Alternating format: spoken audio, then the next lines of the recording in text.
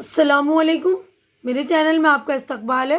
آج کی ہماری یہ ویڈیو 8ویں کلاس کی کتاب جان پہچان کا سبق نمبر 6 لیسن نمبر 6 گارو۔ تو اس سے پہلے بھی میں نے اس لیسن کی ویڈیو بنا دی ہے، اس میں شارٹ کٹ میں میں نے پورے لیسن کو ایکسپلین کر کے اور اس کے کویشچن آنسر یعنی مشق ایکسرسائز وغیرہ کروا دیا ہے، تو وہ والی ویڈیو بھی آپ لوگ دیکھ لیں گے۔ تو آج کی ویڈیو میں ریڈنگ کر رہی ہوں، کیونکہ کچھ بچوں نے کہا تھا کہ میڈم ریڈنگ کر دیجیے۔ کچھ بچوں کی جو ریڈنگ ویک ہوتی ہے ان کے لیے، تو جن بچوں کی ریڈنگ ویک ہے ان کے لیے یہ تو آپ لوگ دیکھ لیں گے، میں ریڈ کر کے ایکسپلین اس میں بھی کر دوں گی۔ تو گارو میگھالیہ صوبے کی ایک اہم قبائلی ذات ہے۔ گارو لوگ مزاج سے امن پسند، محنتی اور قدرت سے پیار کرنے والے ہوتے ہیں۔ تو گارو جو ہے ایک قبائلی ذات کا نام ہے نا۔ تو اسی گارو معاشرے کی دو اہم شخصیات یعنی دو پرسنالٹی ہیں، جاپا جلینپا اور سکپا بونگیپا۔ گارو معاشرہ ان دو عظیم شخصیتوں کو بڑی عقیدت سے یاد کرتا ہے۔ گارو لوگ میگھالیہ میں کیسے بس گئے، اس کے بارے میں ایک کہانی مشہور ہے۔ کہا جاتا ہے کہ ہزاروں سال پہلے گارو قبیلے کے بزرگ چین اور تبت کی وادیوں میں ادھر ادھر گھومتے پھرتے تھے۔ جہاں کھانے پینے کی چیزیں مل جاتی وہیں ٹھہر جاتے تھے۔ جب کھانے کی قلت ہوتی تو نئی جگہ کی تلاش میں نکل پڑتے تھے۔ یہ خانہ بدوشی والی کیفیت کب تک رہی، اس کا اندازہ نہیں لگایا جا سکتا۔ یعنی کہا جاتا ہے کہ یہ پہلے جو ہے تبت اور کھانے کے لیے جگہ جگہ گھومتے تھے یہ لوگ۔ تو یہ لوگ گاروں میں بسنے سے پہلے جو ہے چین اور تبت کی وادیوں میں ادھر ادھر گھومتے تھے، اور کھانا مل گیا تو وہیں رک جاتے، پھر کھانے کی قلت ہوتی وہاں سے نئی جگہ چل پڑتے ہیں نا۔ تو اس طرح یہ لوگ اپنے کھانے کے لیے خانہ بدوشی یعنی جگہ جگہ گھومنے والی کیفیت کو بولتے ہیں خانہ بدوشی۔ خانہ بدوشی انہوں نے اختیار کر رکھی تھی۔ کھانے کی تلاش میں بھٹکنے کے علاوہ گارو قبیلے کو خراب موسم اور جنگلی جانوروں سے بھی مقابلہ کرنا پڑتا تھا۔ اس کی وجہ سے گارو لوگ بہت پریشان رہتے تھے۔ انہی دنوں گارو معاشرے میں جاپا جلینپا اور سکپا بونگیپا کا جنم ہوا۔ ان دونوں نے اپنے قبیلے کے لوگوں کی تکلیفوں کو دیکھا اور سمجھا۔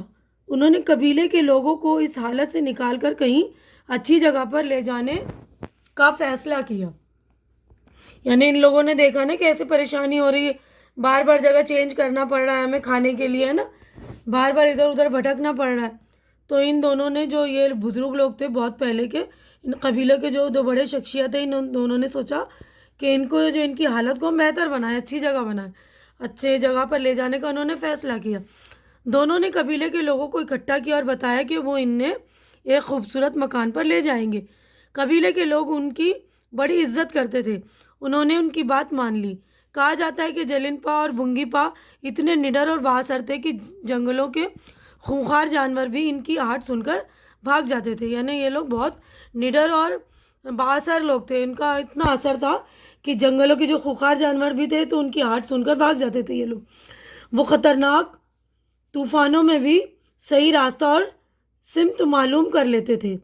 رات میں بھی انہیں اپنے ساتھیوں کی رہنمائی کرنے میں کبھی پریشانی نہیں ہوتی تھی۔ یعنی ان لوگوں کا تجربہ اتنا زبردست تھا کہ رات میں بھی وہ راستے میں راستہ ڈھونڈنے میں ان کو کوئی پریشانی نہیں ہوتی تھی، وہ خطرناک طوفانوں میں بھی صحیح راستہ ڈھونڈ لیتے تھے۔ اپنی غیر معمولی صلاحیتوں کی بنا پر وہ پیش آنے والی خطرات کا اندازہ کر لیتے تھے اور اپنے قبیلوں کو مصیبتوں سے بچا لیتے تھے۔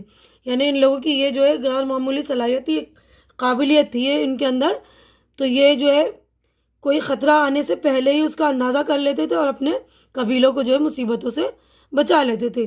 اسی طرح سارے گارو ایک ساتھ مل کر ہمالیہ کی ترائی کو پار کرتے ہوئے برہم پتر ندی کی وادی کی جانب بڑھے۔ وہ اپنے سامان، گھوڑے، جانور وغیرہ اپنے ساتھ لے کر چل رہے تھے۔ کبھی کبھی مہینوں چلتے رہتے اور کہیں کہیں برسوں ٹھہرے رہ جاتے۔ مدتوں وہ اسی طرح سفر کرتے رہے اور ہمالیہ کی وادیوں میں گھومتے رہے۔ جلینپا اور بونگیپا نے اپنے ساتھیوں کو ہمیشہ آگے بڑھنے کی ترغیب دی، یعنی ہمیشہ آگے بڑھنے کے لیے کہا، اکسایا ان کو۔ برسوں کی تکلیف دہ سفر کے بعد گارو قبیلہ آسام کے میدانی جنگلوں میں آ پہنچا۔ کہا جاتا ہے کہ ان کا پہلا پڑاؤ کوچ بہار کے جنگل میں پڑا۔ اس زمانے میں کوچ بہار پر آسام کے راجا کا قبضہ تھا۔ اس نے گارو قبیلے کو آگے بڑھنے سے روک دیا۔ گارو قبیلہ پہلے ہی سے امن پسند تھے، وہ لوگ جو امن پسند تھے نا، لڑائی جھگڑا نہیں چاہتے تھے، اس لیے لڑائی کا اس نے لڑائی کا راستہ نہیں اپنایا۔ جلین پا اور بنگی پا نے آسام کے راجا سے بات چیت کر کے انہیں سمجھایا اور راجا انہیں راستہ دینے کے لیے راضی ہو گئے، یعنی انہوں نے صلح کرنے کا فیصلہ کیا کہ بات چیت کے ذریعے ہم جو صلح کر لیں، لڑائی جھگڑے سے کیا فائدہ ہے نا۔ تو جو آسام کا راجا تھا انہیں راستہ دینے کے لیے راضی ہو گئے۔ اس کی شادی ایک گارو لڑکی سے کروا دی گئی۔ اس طرح ماحول خوشگوار ہو گیا۔ کچھ لوگوں کی رائے ہے کہ یہ واقعہ پہلی صدی قبل مسیح کا ہے۔ آج کوچ بہار کا علاقہ مغربی بنگال میں شامل ہے۔ کہا جاتا ہے کہ گارو قبیلے کے کچھ لوگ کوچ بہار میں بس گئے تھے۔ آج بھی کوچ بہار اور آس پاس کے علاقے میں گارو قبیلے آباد ہیں، یعنی کوچ بہار کا جو علاقہ ہے آج بھی جو ہے وہاں گارو قبیلے کے لوگ آباد ہیں۔ تو کوچ بہار کا بھی علاقہ جو آج کل جو ہے مغربی بنگال میں اس کا حصہ ہے، ٹھیک ہے نا۔ اب اگلے صفحے پہ ہم پڑھتے ہیں۔ تو دیکھیے آگے میں پڑھوں اس سے پہلے جو لوگ میرے چینل پہ نئے ہیں یا جنہوں نے میرا چینل سبسکرائب نہیں کیا، یا وہ لوگ جو میرے چینل پر پہلی بار وزٹ کر رہے ہیں، تو پلیز میرے چینل کو سبسکرائب کر لیجئے، کیونکہ سبسکرائب کرتے ہیں تو آپ لوگ میرے حوصلہ افزائی ہو جاتی ہے۔ تو پلیز آپ لوگ میری حوصلہ افزائی کر دیا کریے، میری ہمت بڑھا دیا کریے۔ دیکھیے ہم آگے بڑھتے ہیں، ریڈنگ آپ لوگ سن لیجئے، سن کر اچھی طرح آپ بھی ریڈنگ کر لیا کیجئے۔ اب جلین پا اور بنگی پا نے اپنے قبیلے کو گارو پہاڑی کی وادیوں میں چلنے کی صلاح دی۔ یہ وادی بہت خوبصورت تھی، یہاں کے پہاڑی جھرنے، جنگلی پھول پھل، جڑی بوٹیاں، جانور اور پرندے ماحول کو بہت خوبصورت بنا رہے تھے۔ زمین بھی زرخیز تھی، زرخیز یعنی اپجاؤ زمین کو کہتے ہیں، والی ایسی زمین ہوتی جہاں فصل بہت اگتی ہے، تو اس زمین کو ہم زرخیز بولتے ہیں۔ اسی لیے انہوں نے وہیں بسنے کا فیصلہ کیا، یعنی بہت خوبصورت ماحول تھا نا، وہ خوبصورت جگہ بھی تھی، زمین بھی زرخیز تھی، تو اس لیے انہوں نے وہیں بسنے کا جو ہے فیصلہ کر لیا۔ آج یہ علاقہ گارو قبیلے کی اصل رہائش کا علاقہ بن گیا ہے، یعنی آج کل جو ہے گارو قبیلے کا مطلب اصل میں مطلب ایکچوئل بولتے ہیں نا، وہ رہائش کا علاقہ ان کا ہی ہے۔ گارو قبیلہ اسے مقدس زمین مانتا ہے، یعنی وہ والے زمین کو جو ہے آج کل یہ لوگ ایک دم مقدس یعنی پاک زمین سمجھتے ہیں۔ گارو شروع سے ہی قدرت کے مختلف وسائل کی تلاش کو ہی اپنا شوق مانتے ہیں، یعنی قدرت کے مختلف وسائل ان کو ہی ڈھونڈتے ہیں یہ لوگ اور ان سے ہی فائدہ اٹھاتے ہیں۔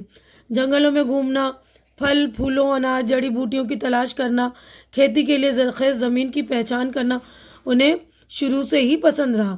آج بھی گارو قبیلے کے لوگ اپنی روایتی ہنر کو قائم رکھے ہوئے ہیں، یعنی ان کا جو پرانا ہنر تھا نا، جو ان کا پرانا ہنر تھا شکار کرنے کا، تو اس ہنر کو آج بھی یہ لوگ قائم رکھے ہوئے ہیں۔ بہت سارے ہنر جو ہیں ابھی بھی ان لوگوں کے پاس ہیں، جو قبیلے کے لوگ ہوتے ہیں، پرانے لوگ جو ہوتے ہیں، تو وہ لوگ اپنے ہنر کو قائم رکھتے ہیں۔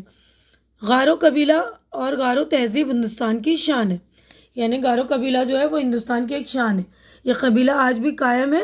تو آپ لوگوں کو اچھی طرح سے سمجھ میں آ گیا ہوگا، ریڈنگ میں نے کر دی ہے، تو آپ لوگ بھی اچھی طرح سے ریڈنگ کر لیں گے اور دیکھ لیں گے، اور میری اس ویڈیو کو آپ لوگ ان بچوں تک بھی پہنچائیے جن کی ریڈنگ ویک ہے، تاکہ ان بچوں کو بھی فائدہ پہنچے، اور میرے چینل کو سبسکرائب کر کے میری حوصلہ افزائی کیجیے۔ ہماری اگلی ملاقات اگلی ویڈیو میں ہوگی، تب تک کے لیے آپ لوگ اپنا خیال رکھیے، مجھے دعاؤں میں یاد رکھیے، اور آج کل جو کرونا کال چل رہا ہے تو آپ لوگ بھی سیفٹی پریکاشن کا خیال رکھیے۔ اللہ حافظ۔